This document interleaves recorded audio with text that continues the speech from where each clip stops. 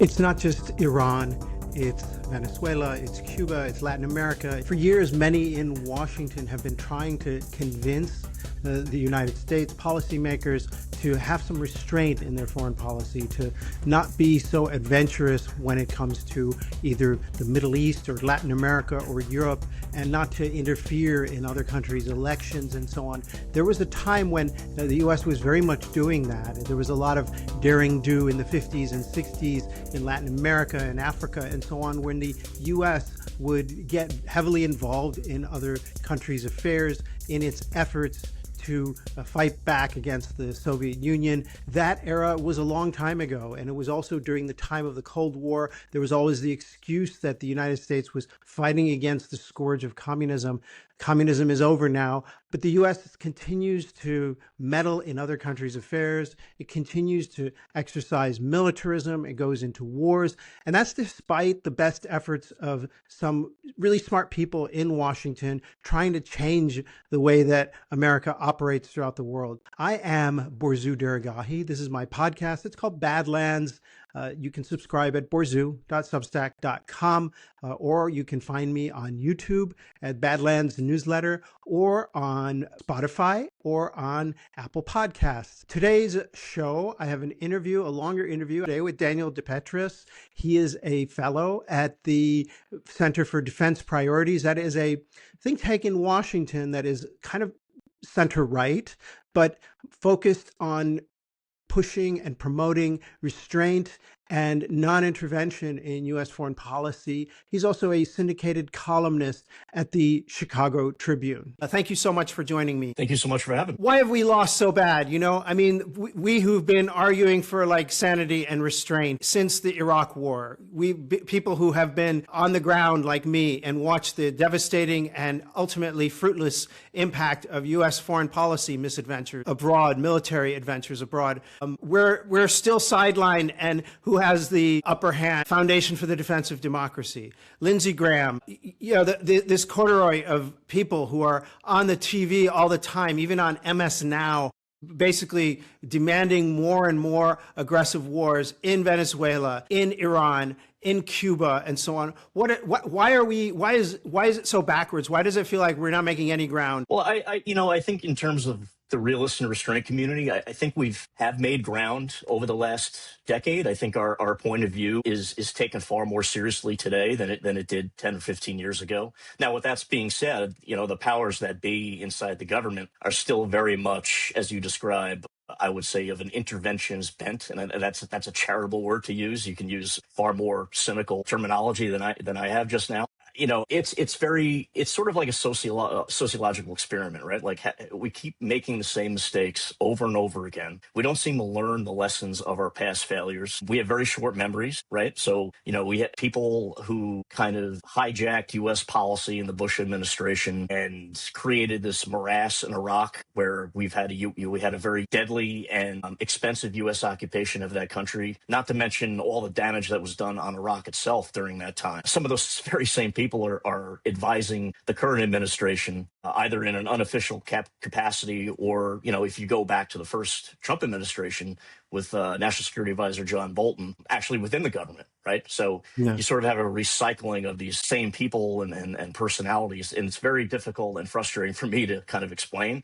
I think a lot of us are pretty frustrated about that. But, you know, taking a macro level view, I do believe our opinions on international affairs writ large, particularly in the Middle East and in some extent East Asia, have gained some ground compared to what, 5-10 years ago, where we were pretty much ostracized from official power circles. Just not in this White House. It's gaining ground, but just not in this particular White House, in this administration, or this iteration of it. Perhaps that will change after the midterms. Maybe. We'll see about that. The U.S. had proposed a $1.5 trillion defense budget. I believe that's been pared back a little bit to only like $1.15 trillion for defense. That is an astounding amount of money to spend on defense. And yet, when we go to a real war against not even a peer power. Let's call it people are calling it a fourth-rate power. I would say it's a second to third-rate power, Iran, at this point. Maybe even it might even rate as a second-rate power.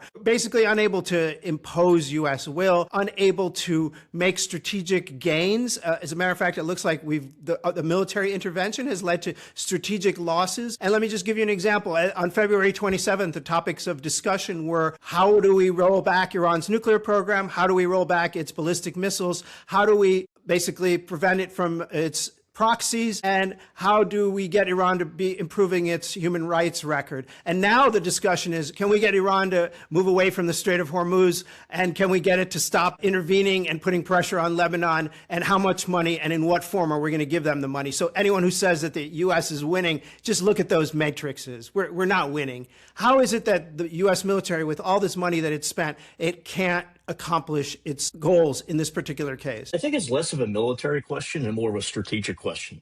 So we have an assumption in D.C. A lot of people assume that superior military power will get you strategic results. And I'm glad you mentioned that. Like, in this war, we are not getting strategic results whatsoever. You can bomb a lot of Iranian military targets for weeks and months at a time, but if it doesn't get you the objective you're looking for, which in this case is, compelling the Iranians to sort of scale back, if not completely outright eliminate their nuclear program, was that military campaign a success? Can you really call it a success? I would argue, no, you can't. I mean, your goal still hasn't been fulfilled. So that's essentially what we have here, is the administration sort of dressing up military success. Look how many targets we've hit.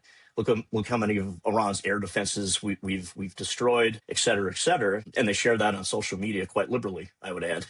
Look at me, look at all this damage we're doing. But in terms of the actual strategic gains, there are none. And you pointed out quite well that, if anything, we've handed the Iranians a strategic card to play, which of course is the Strait of Hormuz, which they've leveraged against us very, very effectively over the last 3 months. So, I think the moral of the story here is superior conventional military power doesn't necessarily equate to winning in the wholesale sense of the term. It's almost a kind of 19th century axiom of what was then considered political and social science, that geography is destiny. And I think that one of the things that is really important is just the geographic reality of Iran, that keeps it protected. There's a route into Iran. It means you get like 100,000 horsemen and move in from Turkmenistan, as the Mongols did hundreds of years ago. But other than that, it's kind of a protected fortress. That's what made it valuable. And Iran has successfully utilized that fortress status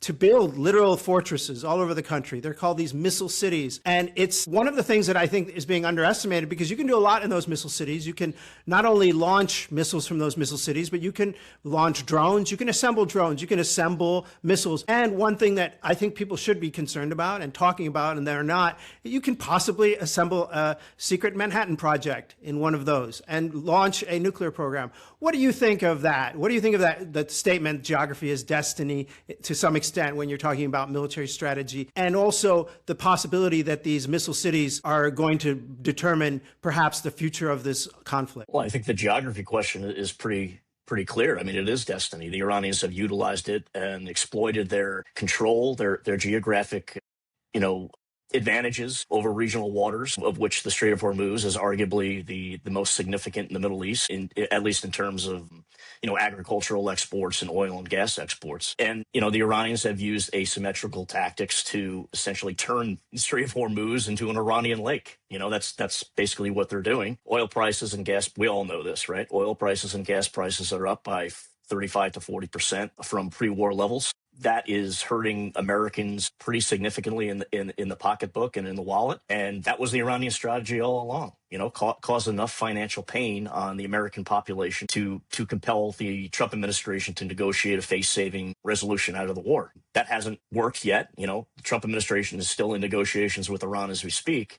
They haven't signed a deal yet. So Iran's strategy hasn't worked per se, but you can argue just using, basic common sense and looking at the economic metrics, and particularly the inflation report that we saw yesterday, where inflation is up for, highest it's been in 3 years. The Iranians have a strategy here, and they're executing it, and they're doing it quite well. They are using geography to the fullest extent that they possibly can. And in a way that kind of offsets America's conventional military superiority, I would argue. Do you have anything that you'd want to add on those missile cities? Is that something that you've tracked at all? I am concerned, not exactly with the missile cities per se, but how this war might impact Iran's decision making with respect to a nuclear bomb. I've heard a lot of arguments and commentary that the Trump administration is essentially scaring the Iranians to the point where they don't want to pursue a nuclear bomb. I believe it's kind of the exact opposite. I think this military campaign by the Americans will actually provide fodder and a lot of argumentation on the side of hardliners in the Iranian system who argue that the only way you're going to be safe from another American attack in the future is by acquiring a nuclear weapon, which is the ultimate deterrent that states have. So I actually think, from the standpoint of nonproliferation, this war could be completely counterproductive from the standpoint of the United States and the international community writ large. Yeah, and I think that's one of the things I just happened to look on the official Chinese news channel today, and there was the whole front page is covered with photos of Xi Jinping and Kim Il-jung I'm not sure if they're in Korea or in Beijing, but they're this big, huge celebration and this big, huge welcome of the Chinese-North Korean relationship. So I guess if you look at that, if you're an Iranian, you're like, look at that. If you have nuclear weapons, you are feted as a trusted ally by world powers such as China. Meanwhile, if you don't, you're basically sodomized by teenagers in flip-flops on the deserts of Libya. So I think that is something that people are looking at right now, the situation in East Asia and the North Korea being somewhat embraced. There was also a report in, I think it was the New York Times, about how North Korea's economy is, or no, rather, I think there was a report in the Wall Street Journal about how North Korea's economy is blooming recently because it's just been left alone, even despite the many sanctions that the U.S. has on it.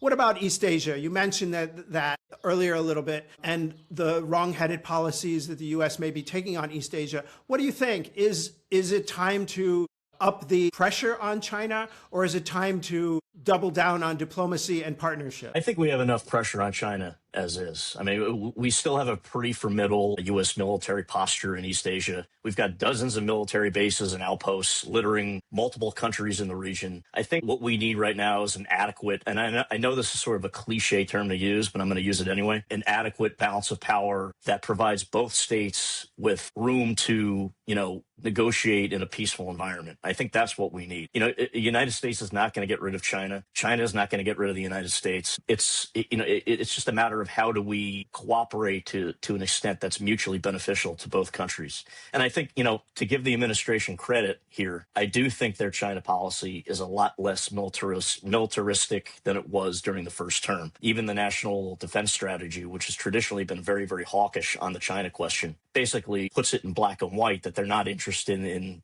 zero-sum competition. Now, I know those are words on paper. We have to see if, that strategy is actually implemented adequately. But I think in terms of international relations writ large, I'm actually fairly optimistic about the China issue. And I wouldn't have said that during the first term, where you really had, people in the administration, in the Trump administration, who wanted to, and in the Biden administration too, I should add, who wanted to outcompete and essentially, bring China down from the first world status to a second, third world level of power. I don't think that's possible. The Chinese are too powerful right now to even attempt to do something like that. So I think the best we can hope for is a stable equilibrium where the two powers are actually cooperating on issues of mutual interest. And if they have differences, then they need to try to work it out diplomatically rather than throw their military sable rattles at each other. So the hawks are on the run with regard to China, but they seem to have the upper hand on Latin America right now. I know that's a subject that you've focused on in your journalism and your writing. What is up with that? Like, why is the U.S. all of a sudden, the Venezuela operation, this Cuba blockade, which is, I think, inhumane, the pressure put on the Scheinbaum government in Mexico, the shenanigans with like various elections and so on. I feel like it's like, what is it, like 1960s again? And we've got like these daring do guys in the CIA going around overthrowing democracies and installing right-wing military dictatorships. Although, to be fair, they're installing more like clownish populist puppets rather than right-wing military dictatorships as we did in the 60s and so on. But what is happening with that? If you could just, starting with the Venezuela adventure, which was hailed as a success, just discuss a little bit about what's going on in Latin America and what the thinking is in Washington. Yeah, I mean, I think Trump has actually been very, very transparent on this issue. I mean, he essentially wants a network of pro-U.S. far-right populist officials who